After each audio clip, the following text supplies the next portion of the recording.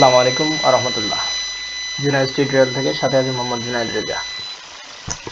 আজকে আমরা আলোচনা করব পঞ্চম শ্রেণীর ইউনিট 9 অর্থাৎ ইউনিট 9 এর যে তোমাদের অকুপেশন মানে পেশা, অকুপেশন নামে যে একটা লেসন আছে, একটা ইউনিট আছে, এটা আমরা আলোচনা করব।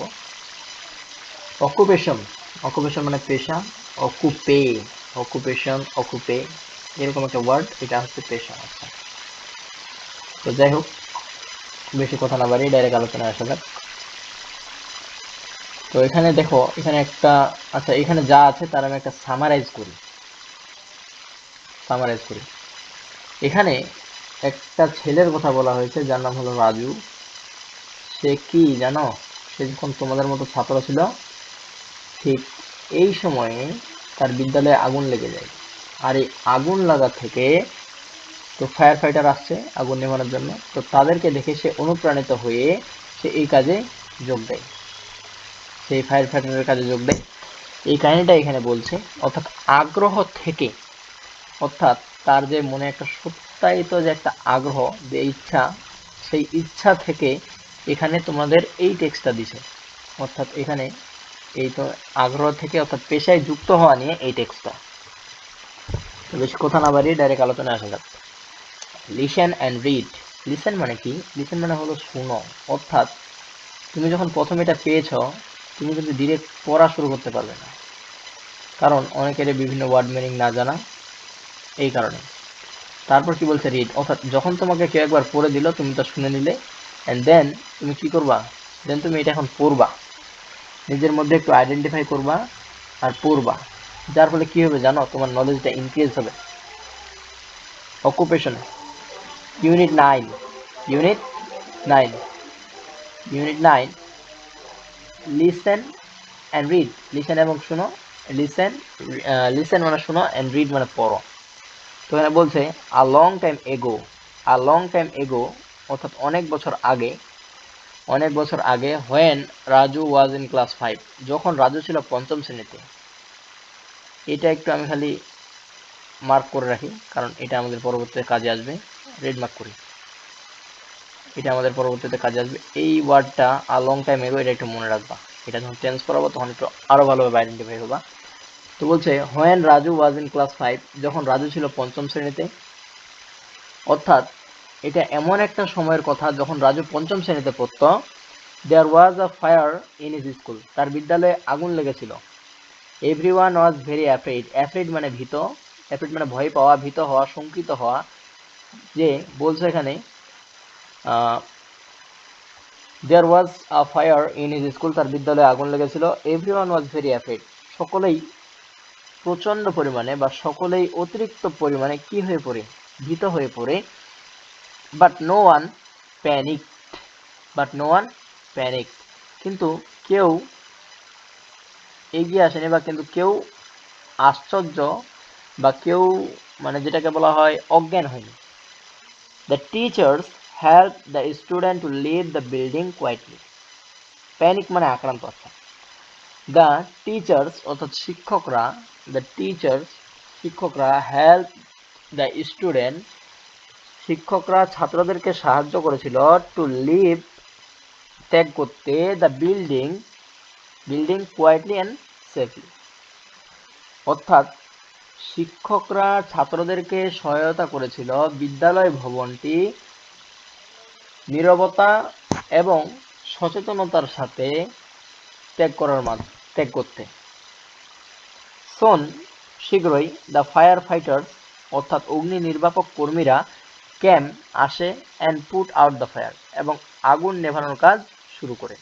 সোন মানে শীঘ্রই, দ্য ফায়ার ফাইটার্স অগ্নি নির্বাপক কর্মীরা, ক্যাম অ্যান্ড পুট, ক্যাম মানে এসেছিল, and put out the fire এবং অগ্নি নির্বাপক কাজ শুরু করেছিল। রাজু অর্থাৎ রাজু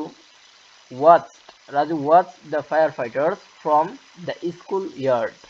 ইয়ার্ড মানে বারান্দা, ইয়ার্ড মানে বারান্দা, এটা একটু মনে রাখবা, ইয়ার্ড মানে বারান্দা। অর্থাৎ রাজু তার বিদ্যালয়ের বারান্দা হতে অগ্নি নির্বাপক কর্মীদেরকে দেখেছিল। He he thought he thought about the fire, সে আগুন সম্পর্কে চিন্তা করে বা সে আগুন সম্পর্কে চিন্তা করেছিল, অ্যান্ড দ্য ফায়ার ফাইটার, এবং অগ্নি নির্বাপক কর্মী সম্পর্কে ফর আ লং টাইম। অর্থাৎ যখন সে এই বারান্দা থেকে কাদেরকে দেখতে পেল, এই ফায়ার ফাইটারদেরকে দেখতে পেল, তখন সে এদের সম্পর্কে, কাদের সম্পর্কে, এই ফায়ার ফাইটার সম্পর্কে দীর্ঘক্ষণ কি করলো, চিন্তা করলো, আগুন এবং ফায়ার ফাইটার নিয়ে ভাবলো। আফটার কলেজ, মহাবিদ্যালয় শেষে রাজু জয়েন্ট আ ভলান্টিয়ার ফায়ার ডিপার্টমেন্ট। রাজু একটি স্বেচ্ছাসেবক অগ্নি নির্বাপক কাজে যোগদান করেছিল। অ্যাজ আ ভলান্টিয়ার, অর্থাৎ একজন স্বেচ্ছাসেবক হিসাবে, he didn't get any money for his work.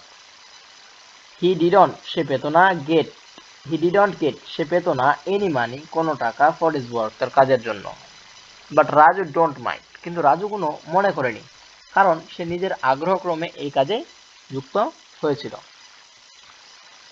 তো এইটুকু থেকে আমরা বুঝতে পারলাম যে রাজু হলো তোমাদের মতো একজন ছাত্র ছিল, তখন সে ফায়ার ফাইটারদেরকে দেখে আগুন নেভাতে, আর তাদের এই প্রতিভায়, অর্থাৎ তাদের এই কাজে সে মুগ্ধ হয়ে সে কি করে, সে চিন্তা করে যে আমিও ফায়ার ফাইটারে যোগ দেব।